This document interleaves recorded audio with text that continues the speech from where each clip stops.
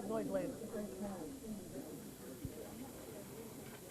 Hi there, and welcome to this week's edition of that television show called The Future. We're the electronic guidebook for those concerned with art and technology. And as usual, this week, we'll be talking to leaders in both those fields. Nigel, what's the first bill? I got a piece on cyber sex. Is it the ultimate in safe sex, or is it just a bunch of male techno-nerds who are afraid of meeting real-life women? Whatever the case, computers are being used more and more for sexual titillation or real interaction. Listen. Well, son, we've also got an interview with Bart Nagel, who is the art director for Manda 2000, one of the cyberpunk new media bibles. He believes that he has the right to appropriate old photographs and use as backgrounds, and that there's a precedence in art for it. Okay. And Nigel, version 2. Bill Seaman, living in Australia now, but American by birth. He's got a piece of art which uses computers and laser discs. It combines music, film, and randomly generated poetry. It's fun, it's interactive, and it's very, very beautiful. Okay. Stand by for the future.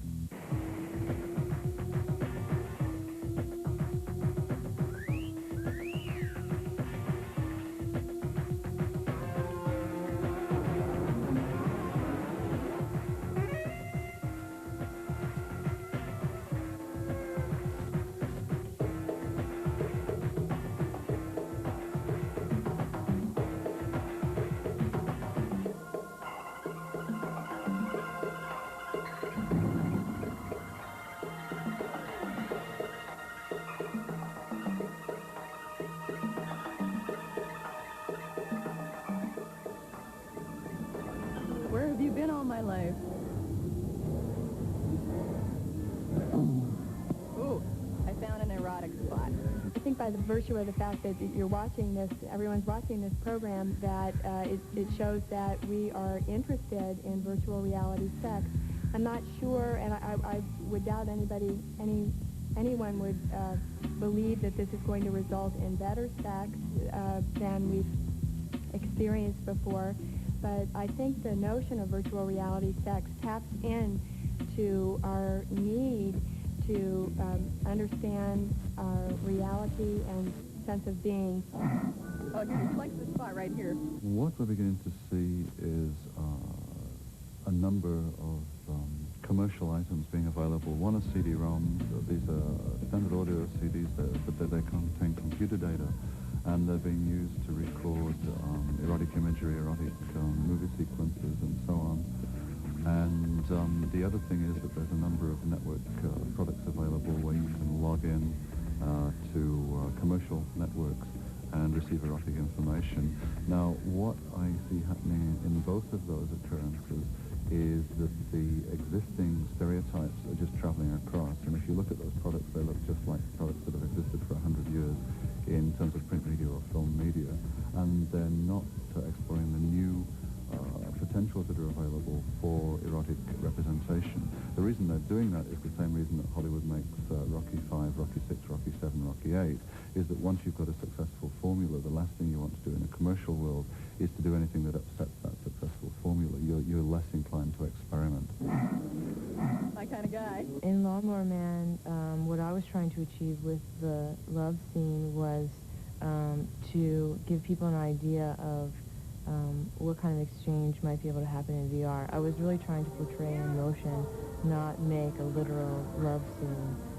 I wanted the audience to come away with a good feeling of an expressed emotion between two people that could be shared in VR.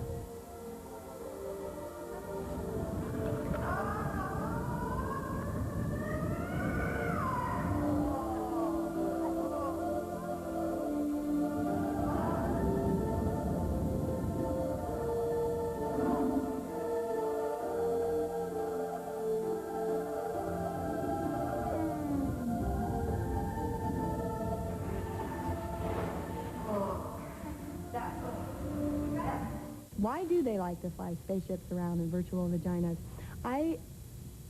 That's an observation. I don't want to, it's really, I asked a question and I meant it as a question. I don't know why they like to do it, men like to do it, but the men that I have worked with, certainly the majority of them, really seem to get off using 3D graphics, whether it's flight simulators blowing things up or flying spaceships around. There are certain there's imagery that keeps reoccurring in computer graphics, and it's definitely, from an, of course, my point of view is intuitive. It's definitely, their interaction is definitely erotic.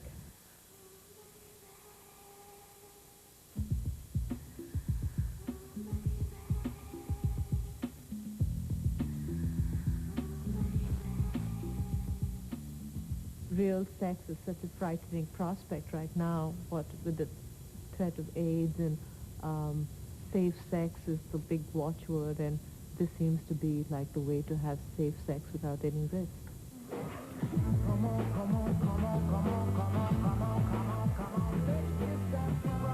The interesting thing for me about virtual sex and erotic expression is for me to be able to act out fantasies or act out something that I might not be able to do in real life. I think that's going to be a big advantage for VR. It seems to me that, it's not going to be a replacement for sex or eroticism. It's going to be an enhancement. It's going to be a place that you can learn about yourself by being somebody else, or a woman having a penis or whatever. It's kind of one-sided, though. When does he start stroking back? I'm afraid the technology is a little primitive. Emma, you're first. The scene that we're seeing right now is Henry, the main character, has decided that he's going to volunteer for an experiment with virtual reality, which is essentially he's going in to make love to a machine, or by using a machine, a virtual reality machine. Until now, the world was the only reality, and it was hard to change. In virtual reality, people will be able to change things as they please. In the real world, there are shortages, but not in the world of images. It will be the beginning of real social change. Democracy isn't simply a condition of free political choice. A society where everyone can vote, but where the vast majority are continually denied the fulfillment of their desires, isn't a democracy. People won't be free until everyone can have and do exactly the same thing. Yeah, I never look at it that way. I thought it was just sex. You're helping us bring in a new age of human development. I am. So relax. It's better to have your dreams fulfilled than analyzed. All right.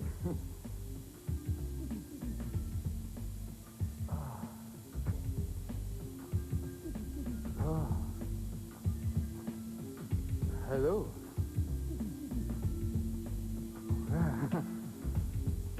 That's a pretty thing. Do you come here often? Beautiful.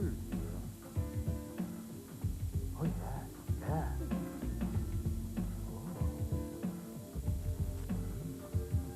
The problem with virtual reality is that there's not enough connection to another human being, even to the earth. It's just another form of technology and trying to relate to a machine, which I don't believe is something that's ultimately fulfilling. Let's face it, sex is no longer primarily for reproduction, so there's no need to have a real body there.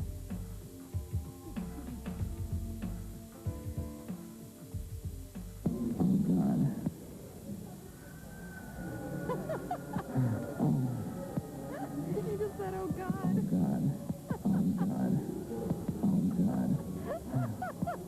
I don't get excited taking my mouse and clicking on a figure and having the, items of clothing fall off. I don't care if it's 24-bit resolution or 16-bit or what. I don't care how technically slick it becomes. It's still not going to excite me. The idea of putting goggles and helmets on and being in this sort of fantasy space forces me to forget my body, because I have to forget my real body in order to be totally immersed in this fantasy space. And I don't think I'm capable of enjoying anything erotically if my body is excluded. I don't want to see my symbolic self or my represented body having a great time while my own body is inert and not enjoying itself. I'm an optimist about virtual sex and how it can help genders learn about each other and themselves. I think it's going to be a good medium for expression. People can learn about their own gender and trade gender positions so that they can learn what it's like for the other person. I think it's going to be a real important medium to bridge the gap between the genders. I hope it was as good for you as it was for me. The first reactions many people have is they use words such as masturbation or autism, autistic behavior, because we tend to see from our current technological viewpoint, from our current media, we tend to see things from that older perspective.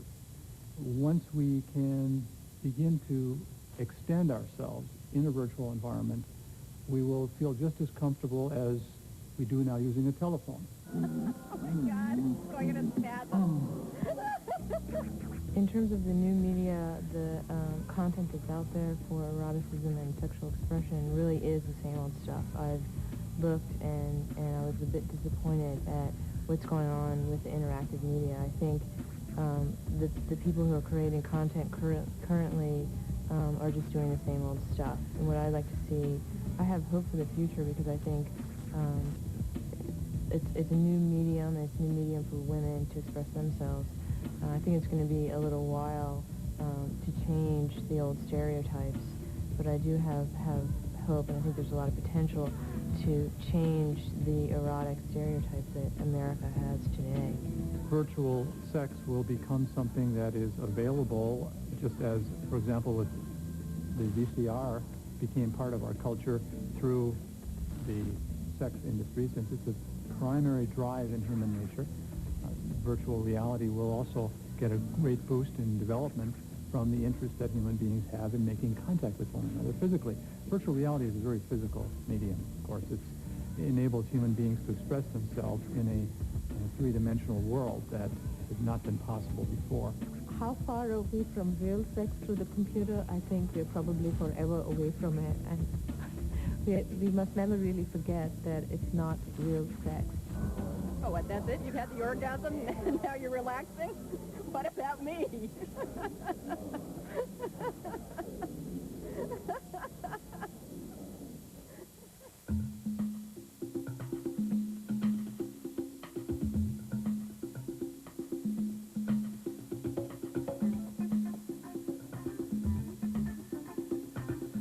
So the concept of Mondo 2000 is that it's a magazine that tracks the effects of high technology on culture. It concerns itself with, the latest in genetic engineering, in computer sciences, and how that affects us as human beings.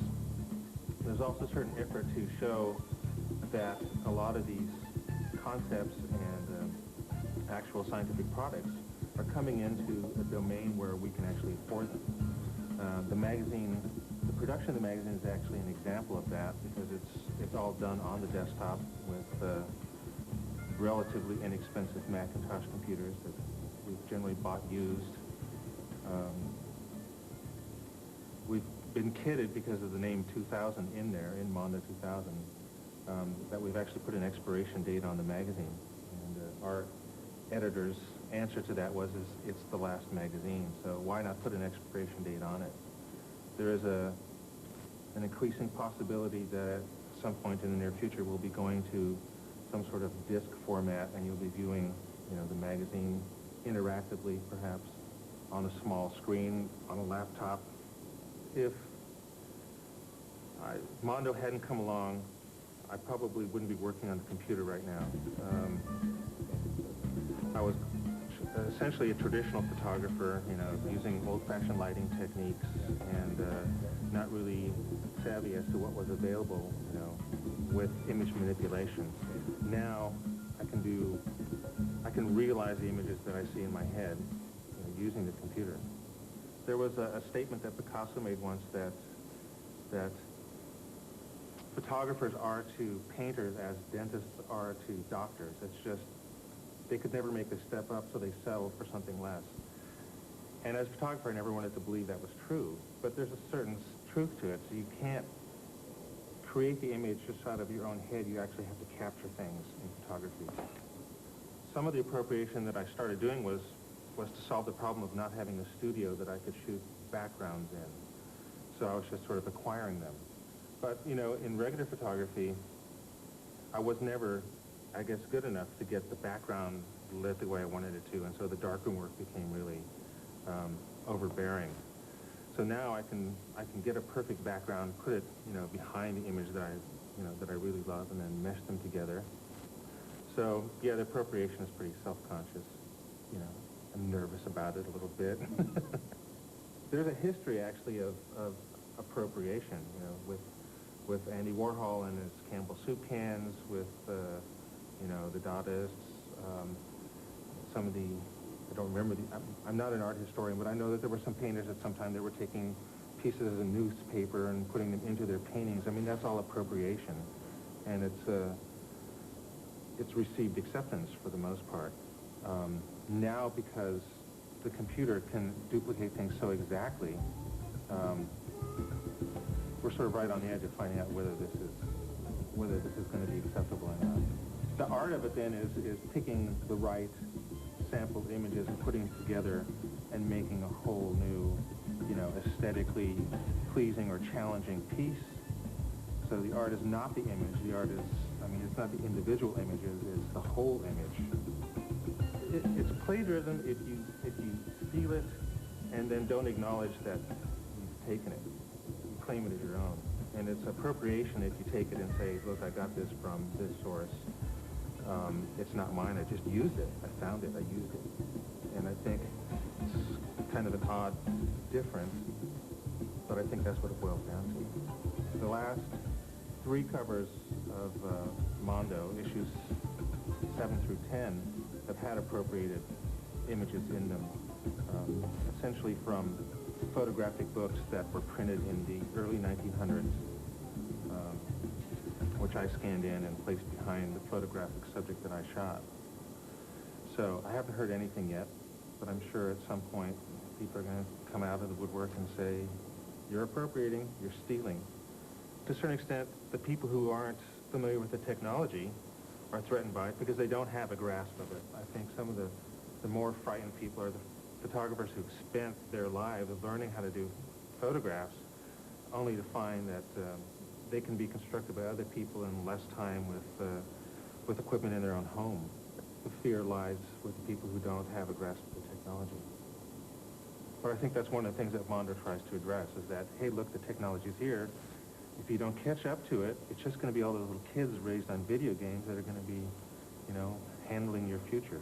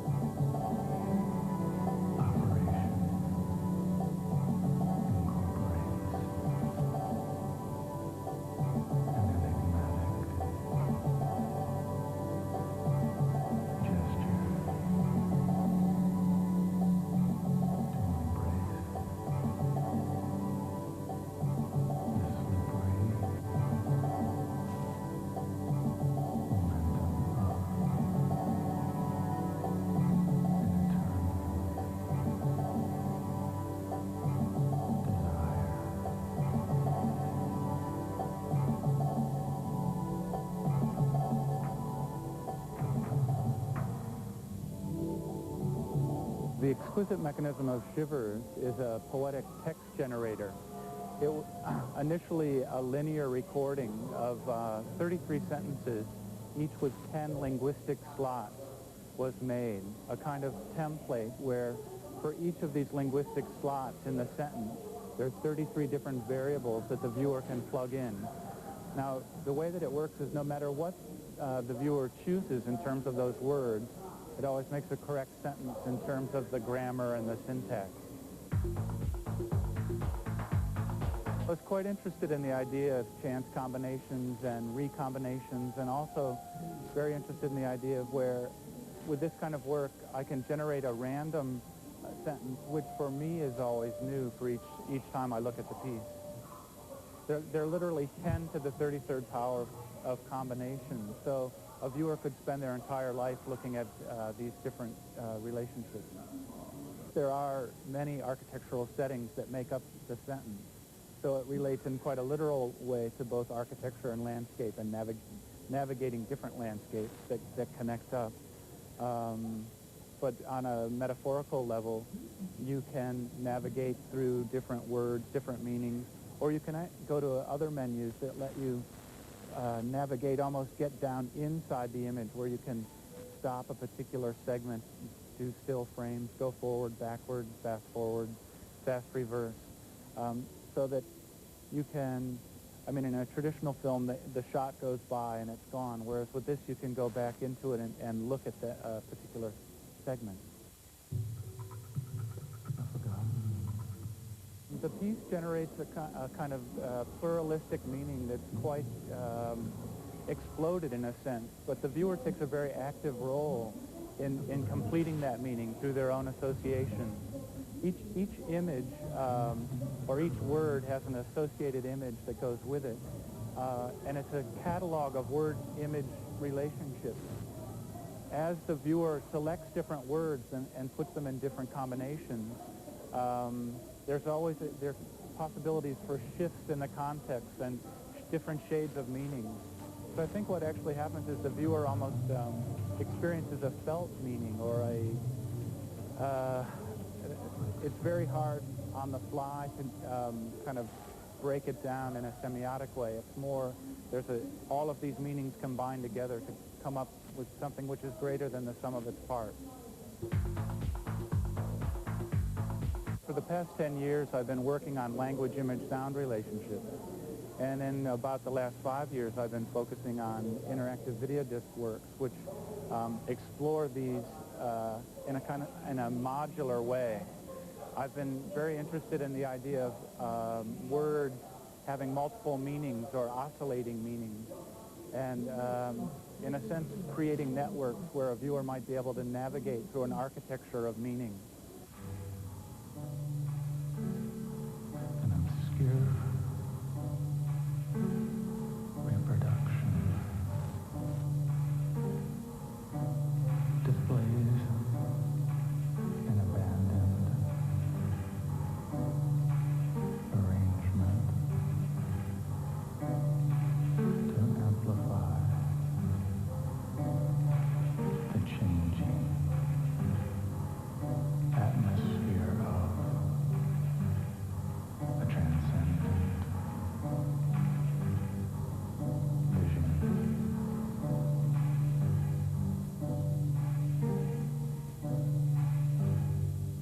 Some people have asked about artistic control and whether the audience is actually constructing the work versus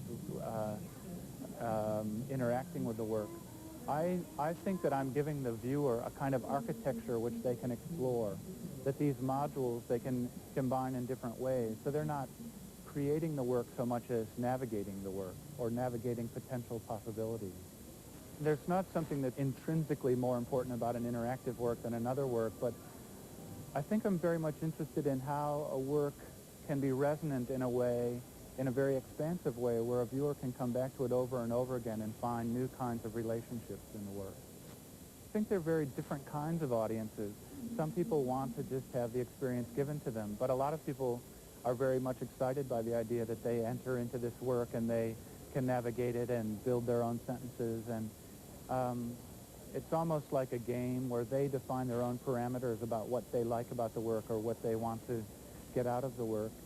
It's also a work which is very rich and very vast in a sense, because there's so many combinations. The viewer can come back to it over and over again and keep experiencing and finding different nuances. Art galleries won't go away, paintings and drawings and things like that. But there are new kinds of art galleries which are catering to these kinds of spaces, as well as what might be called a virtual art gallery, where there is no particular space. You just go online and enter the gallery. In terms of the future of art along these lines, there are a number of possibilities which I think are very exciting. First, it's easy to see that video and computers are combining into an environment where there might be a computer like this in your home where you could just download these kind of pieces and different viewers could experience different kinds of interactive pieces or virtual reality type pieces.